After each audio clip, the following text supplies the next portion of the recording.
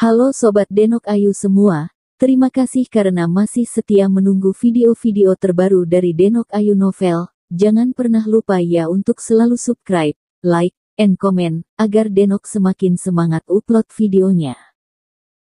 Menantu terbaik bab 777. Tatapan Hanbing menyapu kerumunan beberapa kali, lalu jatuh pada seseorang yang tidak jauh darinya. Lin Yu buru-buru mengikuti pandangannya, dan melihat bahwa orang yang dilihat Hanbing tidak terlalu tinggi, hanya sekitar 1,7 meter, tidak mengenakan seragam militer, mengenakan celana ketat hitam, pektoralis menonjol, deltoid dan bisep memegang erat seluruh pakaian, seolah-olah akan meledak. Selain tubuh bagian atas yang berotot, kakinya juga terlihat kuat, namun tidak terasa kikuk. Pada saat ini, pria itu sedang mengobrol dengan rekan satu timnya di samping. Dia sepertinya melihat tatapan Lin Yu dan Hanbing.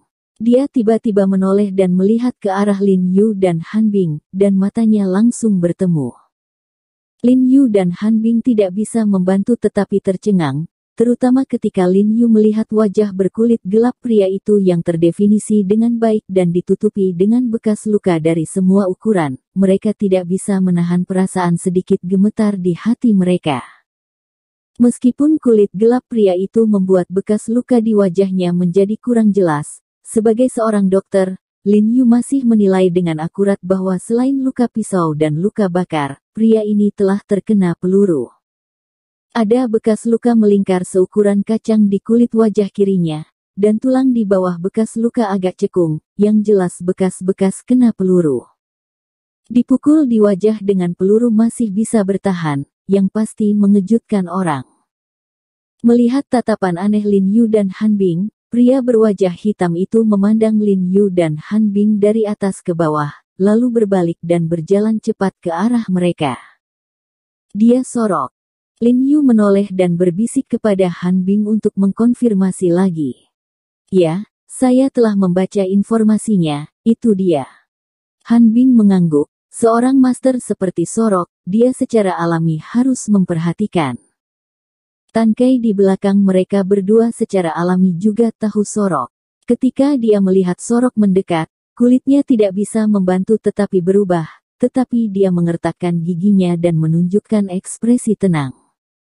Sorok berdiri di depan Lin Yu dan Hanbing seperti bukit, meskipun tingginya tidak setinggi Lin Yu dan Hanbing, dia memberi orang rasa penindasan yang hebat. Kemudian dia menanyakan sesuatu pada Hanbing dan Lin Yu dalam bahasa Ibrani, tetapi Hanbing dan Lin Yu tidak dapat memahami mereka dan menggelengkan kepala.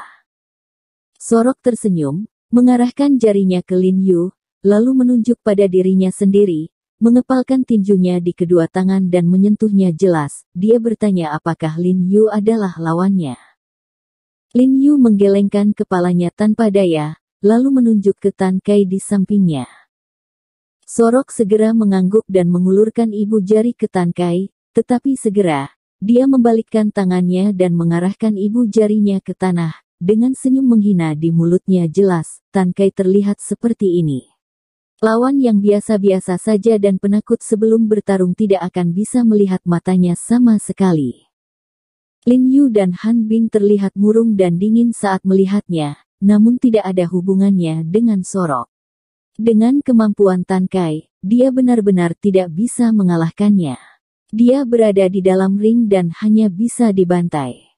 Tapi melihat Sorok sangat menghina dirinya sendiri, Tan Kai yang berwajah pucat mengatupkan giginya erat-erat, tiba-tiba berdiri, dan membuat gerakan yang sama ke arah Sorok. Sorok tiba-tiba tersenyum saat melihat gerakan Tan Kai, lalu menggelengkan kepalanya, dan membuat gerakan mengancam dengan memotong tenggorokannya dengan tangan ke arah Tan Kai secara langsung, lalu tersenyum jahat, menoleh, dan menjauh. Tan Kai mengepalkan tinjunya, gemetar karena marah. Tan Kai atau abstain dari pemungutan suara. Hanbing menghela nafas dengan wajah tenang, meskipun memalukan bagi pemain tuan rumah untuk abstain, itu lebih baik daripada kehilangan nyawanya. Meskipun skill Tan Kai cukup bagus, dia tidak setingkat dengan Sorok. Dengan kekuatan tempur Sorok, bahkan jika Tan Kai bertahan secara kebetulan, dia pasti tidak akan bisa mundur. Tan Kai ragu-ragu sejenak, mengertakkan gigi, dan menggelengkan kepalanya dengan penuh semangat. Sebenarnya, semua orang harus bisa memahaminya. Jika kamu berubah menjadi orang lain, kamu pasti akan memilih untuk abstain. Han Bing buru-buru berkata lega kepada Tan Kai, takut dia akan berada di wajahnya, sangat malu untuk melepaskannya. Tidak, aku tidak bisa mempermalukan Departemen Mi. Tan Kai masih menggelengkan kepalanya dengan kuat. Tapi, ya, saya akui bahwa saya takut, tetapi saya masih ingin naik ke atas panggung. Saya tahu bahwa saya tidak hanya mewakili saya, Tan Kai, tetapi juga dari Departemen Intelijen Militer. Itu adalah Huaxia. Orang Huaxia bisa dirobohkan, tetapi mereka tidak bisa diintimidasi. Tan Kai mengertakkan gigi dan berkata, tidak tahu mengapa, setelah mengatakan ini, ketakutan di dalam hatinya tiba-tiba menghilang. Lin Yu dan Han Bing terkejut mendengar apa yang dia katakan. Mereka membuka mulut, tetapi mereka tidak bersuara karena mereka tidak tahu harus berkata apa untuk sementara waktu. Setelah Tan Kai mengambil catatan yang ditarik dari tangan Han Bing dan menyerahkannya kepada penjaga di samping untuk mengkonfirmasi arena, dia mengambil langkah tegas menuju arena. Meskipun dia tahu bahwa dia pasti akan kalah, dan meskipun dia tahu itu sulit untuk diselesaikan, dia tidak menyesal, karena rekan-rekannya membutuhkan dia untuk berdiri, rekan-rekannya membutuhkan dia untuk berdiri, dan tanah airnya juga membutuhkan dia untuk berdiri. Lin Yu memandangi sosoknya dengan kagum, berpikir dalam dirinya sendiri bahwa pria seperti Tan Kai adalah pria sejati. Anda dapat menghancurkan tubuhnya, tetapi Anda tidak dapat menginjak-injak martabatnya. Pergi, mari kita tetap bersamanya. Lin Yu memanggil Han Bing dan mengikuti Tan Kai ke arah ring. Pada saat ini, Tan Kai sudah melompat ke dalam ring yang dikelilingi oleh pita warna-warni. Dia menarik napas dalam-dalam dan menenangkan diri. Dia melepas mantelnya dan melemparkannya keluar, memperlihatkan tubuh yang cukup kuat.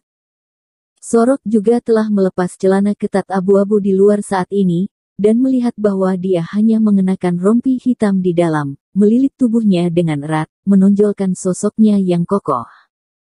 Meskipun tidak ada angin hari ini, cuaca masih sangat dingin, namun Sorok tidak merasakannya sama sekali. Dia menggerakkan lehernya dan melompat ke dalam ring dengan sangat ringan.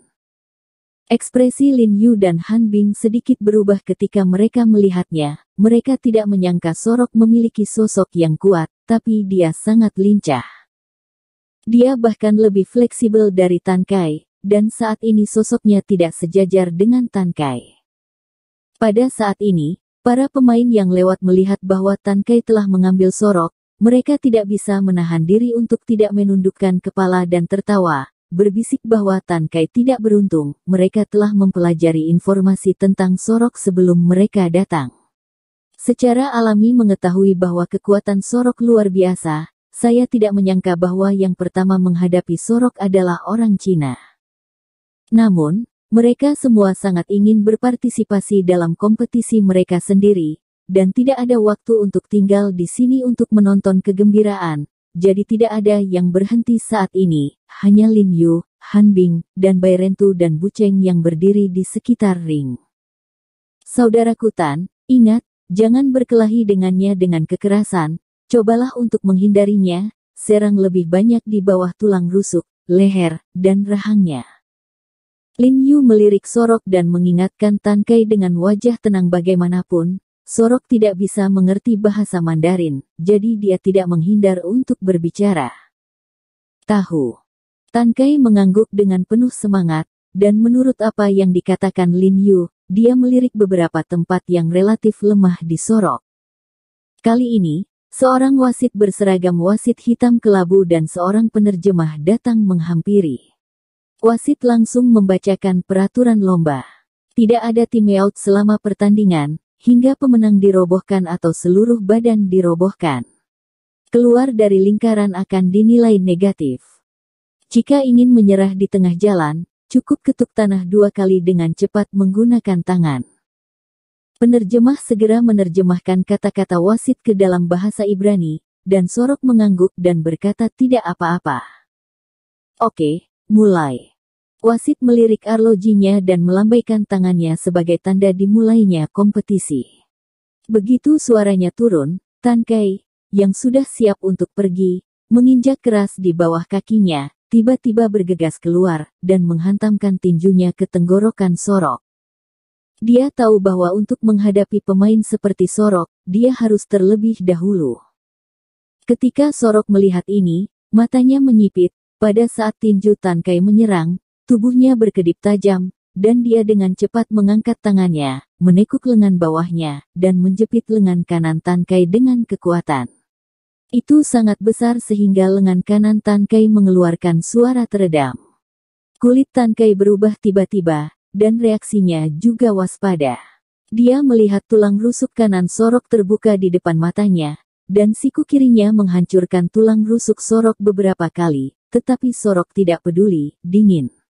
Sambil mendengus, kaki dan pinggulnya mengerahkan tenaga, dan tubuhnya tiba-tiba terpelintir. Dia tersandung di bawah kaki Tan Kai dan melemparkan tubuh Tan Kai ke udara. Di saat yang sama, dia menendang perut Tan Kai, tubuh Tan Kai. Ia terbang seperti layang-layang dengan kawat yang putus, dan jatuh dalam lemparan 3 atau 4 meter. Setelah beberapa kali berguling, ia langsung menghantam jeruji besi yang berdiri di tanah di belakang.